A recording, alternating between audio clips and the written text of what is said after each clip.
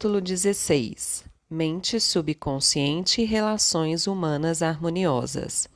Um conceito de importância vital que você aprendeu com o estudo deste livro foi que a mente subconsciente assemelha-se a um gravador e que reproduz fielmente tudo que você nele carrega. Esse é um dos motivos por que a regra áurea tem tanta importância para a criação e manutenção de um equilíbrio harmonioso em seus relacionamentos. Não julgueis para que não sejais julgados. Mateus 7, 1, 2. Essa lição encerra sentidos tanto externos quanto internos. O interno diz respeito à conexão entre as mentes consciente e subconsciente, ou, parafraseando as Escrituras, como gostaria que os outros pensassem sobre você? Pense neles da mesma maneira. Como gostaria que se sentissem a seu respeito? Sinta a respeito deles também. Como gostaria que os outros se comportassem em relação a você? Comporte-se em relação a eles. Você, por exemplo, pode ser polido e cortês com um colega no escritório, mas quando ele volta as costas, critica-o e sente rancor. Pensamentos negativos como esses são altamente destrutivos para você. É como se você tomasse veneno. A energia negativa que eles geram roubam sua vitalidade, entusiasmo, vigor, orientação superior e boa vontade. Mergulhando no subconsciente, esses pensamentos e emoções negativos causam todos os tipos de problemas e doenças em sua vida. A chave mestra para os relacionamentos felizes. Não julgueis para que não sejais julgados, pois com o critério que julgardes, sereis julgados, e com a medida com que tiverdes medido, vos medirão também. Mateus 7, 1, 2. A chave para as relações harmoniosas encontra-se no estudo atento desses versículos e na aplicação das verdades internas que eles representam. Julgar é pensar, chegar a um veredicto mental ou a uma conclusão. O modo como você pensa sobre outra pessoa é seu, porque você é o ser pensante. Pensamentos são criativos, por conseguinte, você cria efetivamente em sua experiência o que pensa e sente sobre outra pessoa. A sugestão que dá a outrem dá também a si mesmo, porque sua mente é um instrumento criador. Esse é o motivo de o evangelista afirmar: pois com o critério que julgardes sereis julgados. Isso significa que, aplicando padrões e critérios aos demais, você os cria no subconsciente que, em seguida, os aplique em você. Uma vez que conheça essa lei e compreenda a maneira como o subconsciente funciona, você terá sempre cuidado ao pensar, sentir e agir da maneira correta em relação aos outros, porque, assim fazendo, estará criando uma situação de ação, sentimento e pensamento corretos para você mesmo. E com a medida com que tiverdes medido, vos medirão também. O bem que você faz aos demais volta em idêntica medida, como também o mal, obedecendo à lei que regula sua própria mente. Se alguém rouba ou engana outra pessoa, ele está na realidade roubando e enganando a si mesmo. A sensação de culpa e o estado de perda inevitavelmente atrairão para ele, no futuro, a perda que provocou. A mente subconsciente grava o ato mental que praticamos e reage de acordo com a intenção ou motivação desse ato. O subconsciente é impessoal e imutável e não leva em consideração pessoas nem respeita afiliações religiosas ou instituições de qualquer tipo. Não é compassivo nem vingativo. A maneira como você pensa, sente e age em relação aos outros volta no fim para você mesmo. As manchetes deixavam-no doente. Comece agora a se observar. Observe suas reações a pessoas, condições e circunstâncias. Anote-as em uma caderneta para estudo posterior. Como reagiu aos fatos e notícias do dia? Não fez a mínima diferença se todas as outras pessoas estão erradas e só você está certo. Se as notícias o incomodam, quem plantou o mal contra você foi você mesmo, uma vez que as emoções negativas roubaram sua paz e harmonia. Recebi carta de uma mulher pedindo ajuda para o marido. Explicava que ele tinha acesso de raiva toda vez que lia certa coluna do jornal. E acrescentava que essa reação constante de raiva e de fúria reprimida era péssima para a pressão arterial muito alta do marido. O médico lhe dissera que tinha que descobrir uma maneira de reduzir o estresse por meio de recondicionamento emocional. Convidei o marido para me visitar. Expliquei-lhe a maneira como a mente funciona. Ele compreendia que era um sinal de imaturidade emocional ficar zangado com um artigo de jornal, mas não tinha ideia dos danos que a raiva provocava em sua mente e em seu corpo. Começou por reconhecer que devia dar ao colunista liberdade de expressar-se como quisesse, mesmo que dele discordasse politicamente, religiosamente e de outras maneiras. De forma idêntica, o colunista devia, por questões morais, dar-lhe a liberdade de escrever uma carta ao jornal, discordando das suas opiniões. Ele aprendeu que podia discordar sem ser desagradável. Acordou para a verdade simples de que não é nunca o que outra pessoa diz que nos afeta, mas sim nossa própria reação ao que é dito ou feito. Essa explicação ajudou-o a curar-se. Reconheceu que, com um pouco de prática, poderia dominar essas crises matutinas de mau humor. A esposa me contou mais tarde que ele acabou por aprender a rir do que dizia aquele colunista com quem tanto antipatizava. E aprendeu também a rir de si mesmo por reagir com tal veemência. A coluna do jornal não tem mais o poder de perturbá-lo, incomodá-lo, irritá-lo. A hipertensão arterial está sob controle, como resultado do aumento de seu equilíbrio emocional e serenidade. Odeio mulheres, mas gosto de homens. Cíntia R. era secretária executiva de uma grande empresa. Veio me procurar porque sentia grande raiva de algumas colegas de escritório. Achava que elas andavam fazendo fofocas e espalhando mentiras a seu respeito. Ao ser questionada, reconheceu que tinha muitos problemas em seus relacionamentos com outras mulheres e disse: odeio mulheres, mas gosto de homens. Continuando nossa conversa, descobri que Cíntia falava de forma arrogante, insolente e áspera às funcionárias que chefiava. Havia certa vaidade na maneira como falava, e eu lhe disse que o tom de voz que usava poderia afetar desagradavelmente outras pessoas. Ela não se dava conta disso. Para ela, o ponto importante era que as colegas adoravam criar-lhe casos. Se todos em seu escritório ou fábrica o incomodam, não será possível que esse aborrecimento e clima hostil possam ser causados por algum padrão subconsciente ou projeção mental de sua parte?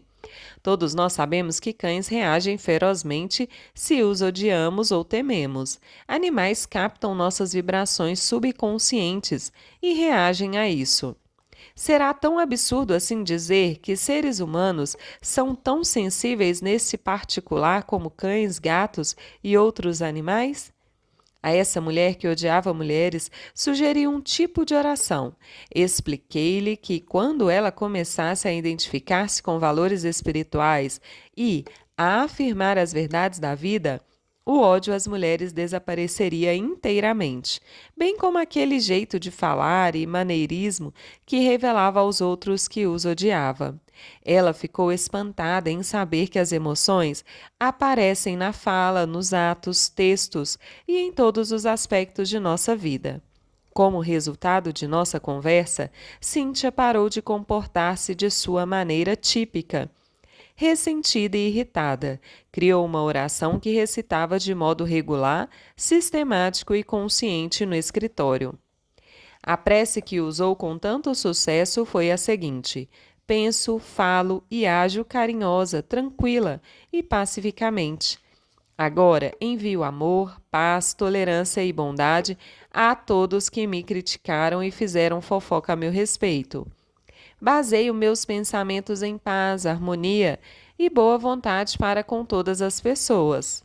Quando sinto que estou prestes a reagir negativamente, digo com firmeza a mim mesma: eu penso, falo e ajo do ponto de vista do princípio da harmonia, saúde e paz existente em mim.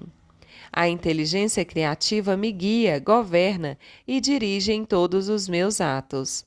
A prática da prece transformou-lhe a vida. Descobriu que a atmosfera de crítica e aborrecimento no escritório desapareceu gradualmente. As colegas tornaram-se amigas e companheiras na jornada da vida. Descobriu a verdade de que não temos ninguém a criticar, nem ninguém a mudar, só nós mesmos. O diálogo interior impedia-lhe a promoção. Certo dia, um vendedor, Jim S., veio me procurar. Estava muito preocupado com os problemas que enfrentava trabalhando com o gerente de vendas de sua empresa. Estava na companhia havia 10 anos e jamais recebera qualquer promoção ou reconhecimento pelos seus esforços. Mostrou-me suas estatísticas de venda. Notei logo que elas eram proporcionalmente mais altas do que as de outros colegas seus que cobriam o mesmo território. A explicação que ele dava era que o gerente de vendas não o suportava e dizia que era tratado injustamente. Em reuniões, o gerente ridicularizava-lhe as sugestões e, em certas ocasiões, chegara a tratá-lo com grosseria. Depois de analisarmos juntos a situação, opinei que a causa de todos os seus problemas lhe cabia em grande parte. A ideia que fazia de seu superior e a maneira como julgava justificavam-lhe a reação. Os critérios com que julgamos serão os mesmos com que nos julgarão. O critério e conceito que Jim fazia do gerente eram os aplicáveis a um homem mesquinho, preconceituoso e briguento. Jim sentia-se amargo e hostil contra o chefe. A caminho do trabalho, mantinha uma vigorosa conversa consigo mesma, cheio de críticas, argumentos, recriminações e denúncias contra o gerente. O que mentalmente dava, Jim era inevitavelmente obrigado a receber de volta. Ao fim de nossa conversa, ele reconheceu que seu diálogo interior era altamente destrutivo. A intensidade e a força dos seus pensamentos e emoções, a condenação mental e aviltamento do gerente penetravam em sua mente subconsciente. Isso gerava a reação negativa do chefe, bem como lhe criava outros distúrbios pessoais, físicos e emocionais. Por insistência minha, Jim começou a orar com frequência, da seguinte maneira: em meu universo mental, eu sou o único pensador, sou responsável pelo que penso sobre meu chefe. Meu gerente não é responsável pelo que penso sobre ele. Recuso-me a conceder poder a qualquer pessoa, lugar ou coisa que me aborreçam ou me perturbem. Desejo saúde, sucesso, paz de espírito e felicidade a meu chefe. Sinceramente, desejo-lhe o bem e sei que ele é divinamente orientado em tudo o que faz. Lenta, tranquila e sinceramente, repeti a oração, sabendo que a mente é como um jardim e que tudo que nele plantamos brota como sementes, que se transformam no que são por natureza. Ensinei-o também a praticar visualização e criação de imagens mentais antes de dormir. Ele criou um cenário no qual o gerente cumprimentava-o pelo seu excelente trabalho, elogiava-lhe a seriedade e o entusiasmo e mencionava a reação maravilhosa que ele despertava nos clientes. Jim vivenciou a realidade de tudo isso. Sentiu o calor do aperto de mãos do chefe, notou-lhe o tom de voz e observou-lhe o sorriso. Rodou um verdadeiro filme mental, dramatizando-o da melhor maneira que pôde. Noite após noite, reapresentava o filme, sabendo que a mente subconsciente era um meio receptivo no qual seriam gravadas essas imagens intencionalmente concebidas. Gradualmente, por um processo que podemos considerar como osmose mental e espiritual, Ele produziu uma impressão no subconsciente. A manifestação dessa impressão no mundo objetivo ocorreu automaticamente. Tempos depois, o gerente chamou a São Francisco, deu-lhe parabéns e promoveu-o a gerente da divisão de vendas, com aumento de responsabilidades e substancial elevação de salário. Logo que mudou o conceito e a estimativa que fazia do chefe, a mente subconsciente de Jim providenciou para que ele reagisse na mesma proporção, tornando-se emocionalmente maduro. O que alguém diz não pode, na realidade, nos incomodar ou nos irritar, a menos que permitamos que isso aconteça. A única maneira como alguém pode nos perturbar é por meio de nosso próprio pensamento. Se ficamos zangados, temos que passar por 4 estágios mentais. Começamos por pensar no que foi dito. Resolvemos ficar zangados e geramos a emoção da raiva. Em seguida, decidimos agir. Talvez com palavras ou indo às vias de fato. Como você vê, o pensamento, a emoção, a reação e a ação, todos ocorrem em nossa mente. Mas o que significa ser emocionalmente maduro? Significa que ultrapassamos a tendência natural, mas também infantil, de responder com negatividade às críticas e ressentimentos dos outros. Ninguém gosta de ser criticado ou menosprezado. Temos, contudo, a capacidade de escolher como reagir quando isso acontece. A escolha madura consiste em evitar responder de forma analogamente negativa. Pagar na mesma moeda significa se colocar no nível da crítica humilhante e tornar-se uno com a atmosfera negativa do outro. Identifique-se com seu objetivo na vida. Não permita que qualquer pessoa, lugar ou coisa o desvie de seu senso interior de paz, tranquilidade e saúde radiante. O sentido do amor em relações humanas harmoniosas. Sigmund Freud, o fundador da psicanálise e uma das mais importantes figuras da história da psicologia, declarou que, a menos que haja amor na personalidade do indivíduo, ele adoece e morre.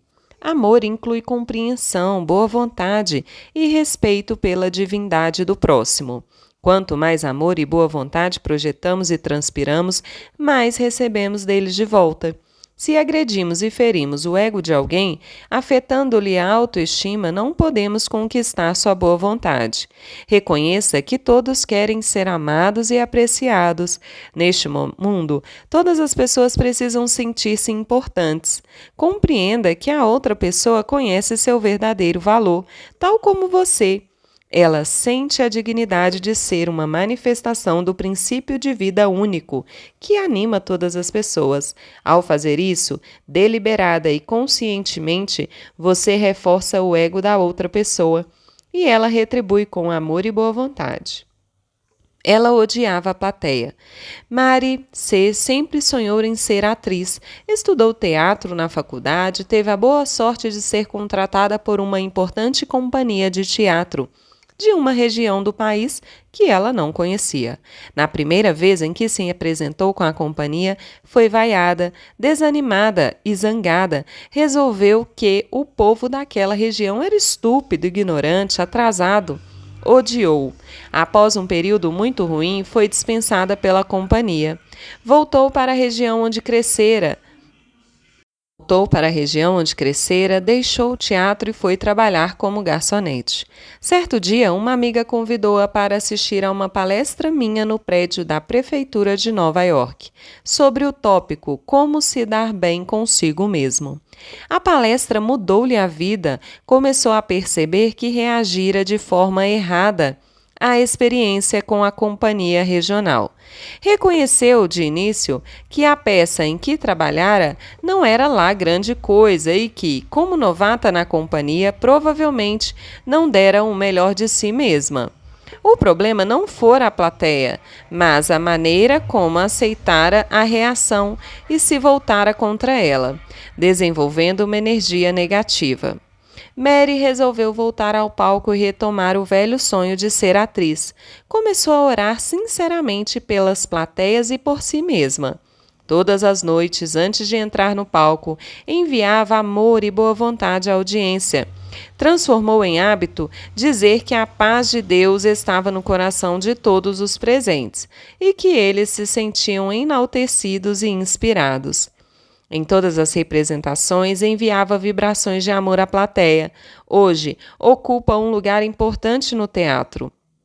Transmite boa vontade e carinho aos que vão vê-la, e eles retribuem na mesma moeda. Lidando com pessoas difíceis. Não deve ser surpresa para ninguém que algumas pessoas neste mundo sejam figurinhas difíceis, mentalmente desequilibradas, tortas, mal condicionadas. Muitas delas são delinquentes mentais, criadoras de casos, hostis, briguentas, cínicas e amarguradas. Psicologicamente, estão doentes.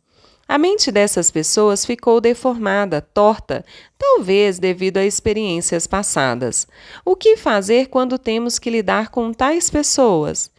A tentação é devolver-lhes sob a forma de antipatia, a energia negativa que nos enviam.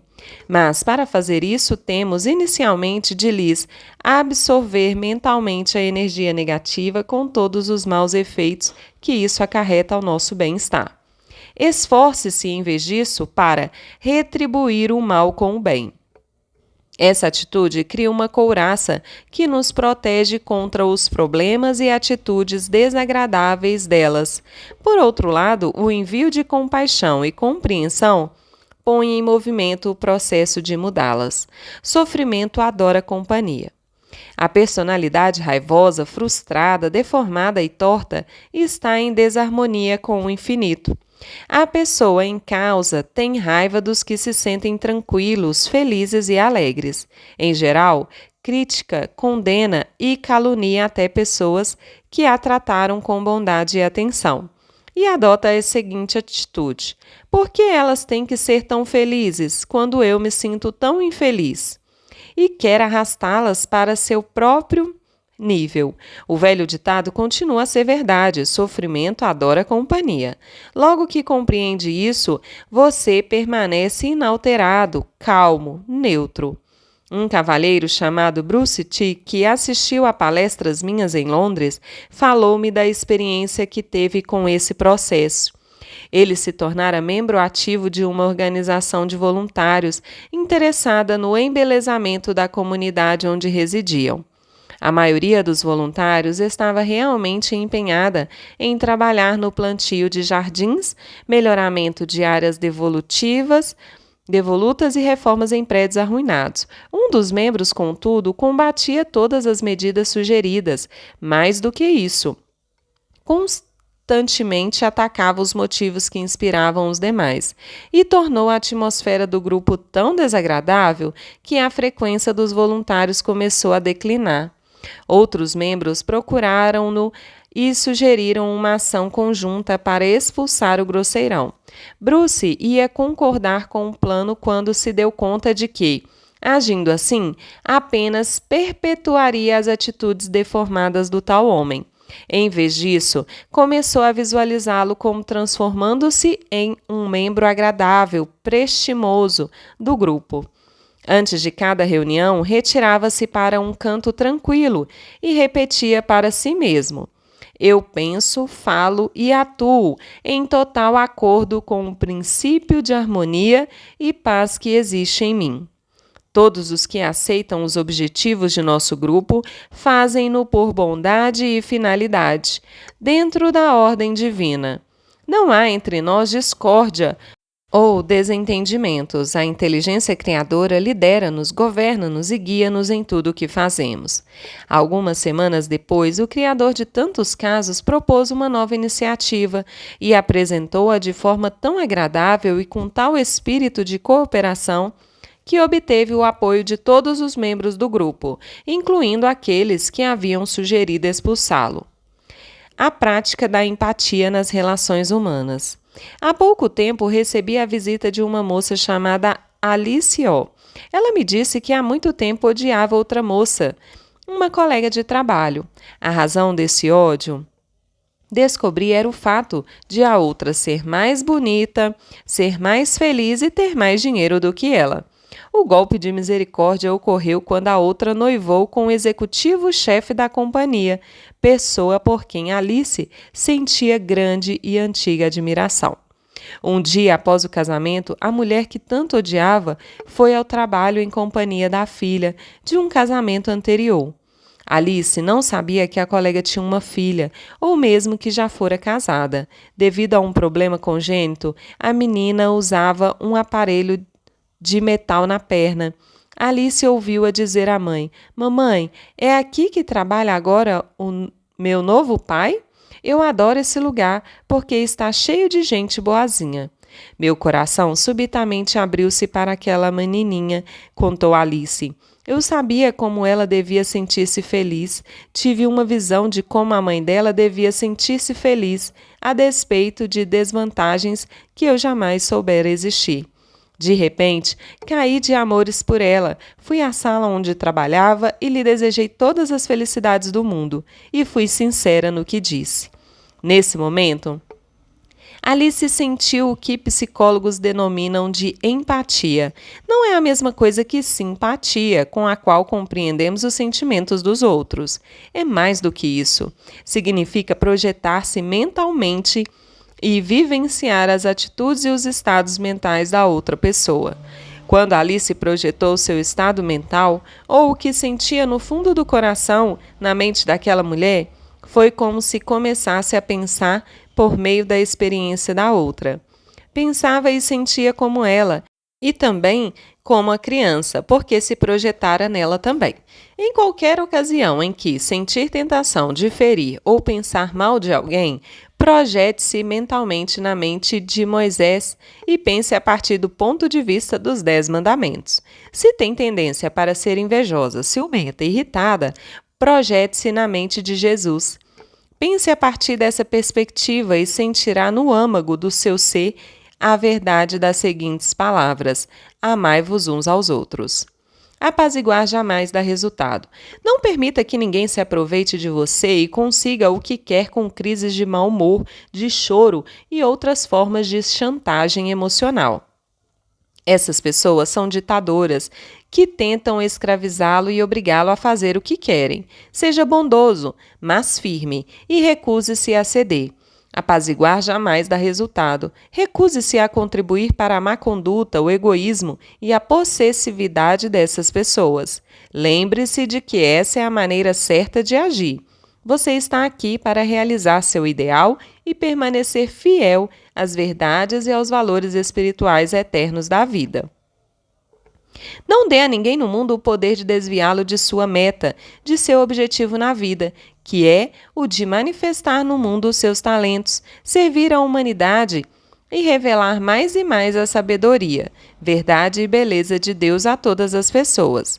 Permaneça fiel a seu ideal, aceite definitivamente e absolutamente que tudo que contribuir para sua paz, felicidade e realização pessoal terá que ser necessariamente uma bênção para todos que caminham sobre a terra. A harmonia da parte é a harmonia do todo, porque o todo está na parte e a parte está no todo. Tudo que você deve ao outro, como diz São Paulo, é amor. E amor é a aplicação da lei da saúde, da felicidade e da paz de espírito.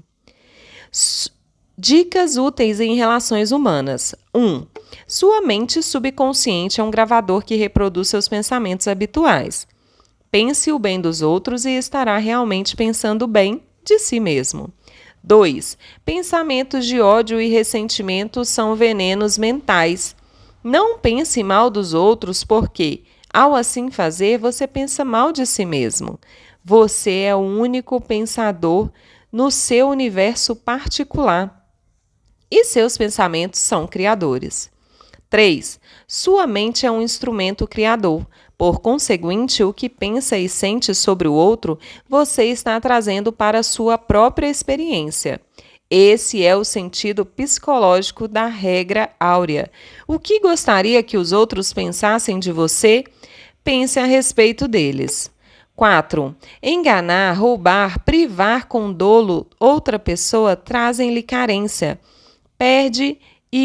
Perda e limitações. A mente subconsciente grava suas motivações, pensamentos e sentimentos. Se eles são negativos, perda, limitações e problemas surgem de maneiras incontáveis em sua vida.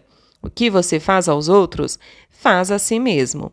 5. O bem que faz, a bondade que demonstra, o amor e os bons votos que envia voltarão a você multiplicados muitas vezes. 6. Você é responsável pelo modo como pensa sobre o outro. Lembre-se, o outro não é responsável pela maneira como você pensa nele. Seus pensamentos são reproduzidos. O que é que você, neste momento, está pensando sobre ele? 7. Amadureça emocionalmente e permita que os outros discordem de você. Eles têm o direito de assim proceder e você também o mesmo direito de discordar deles. Mas você pode discordar sem ser desagradável. 8. Da mesma maneira que animais captam vibrações de medo, numerosas pessoas são igualmente sensíveis nesse particular. Os pensamentos que você acredita que estão ocultos são, na realidade, irradiados por sua voz, expressões faciais e linguagem corporal. Isso é verdade tanto no que interessa a pensamentos positivos quanto negativos. 9. Sua conversa interior, representando seus pensamentos e sentimentos, volta sob a forma de reações dos outros a você. 10. Deseja aos outros o que deseja a si mesmo. Esse é o princípio fundamental de relações humanas harmoniosas. 11. Mude o conceito e a estimativa que faz de seu empregador.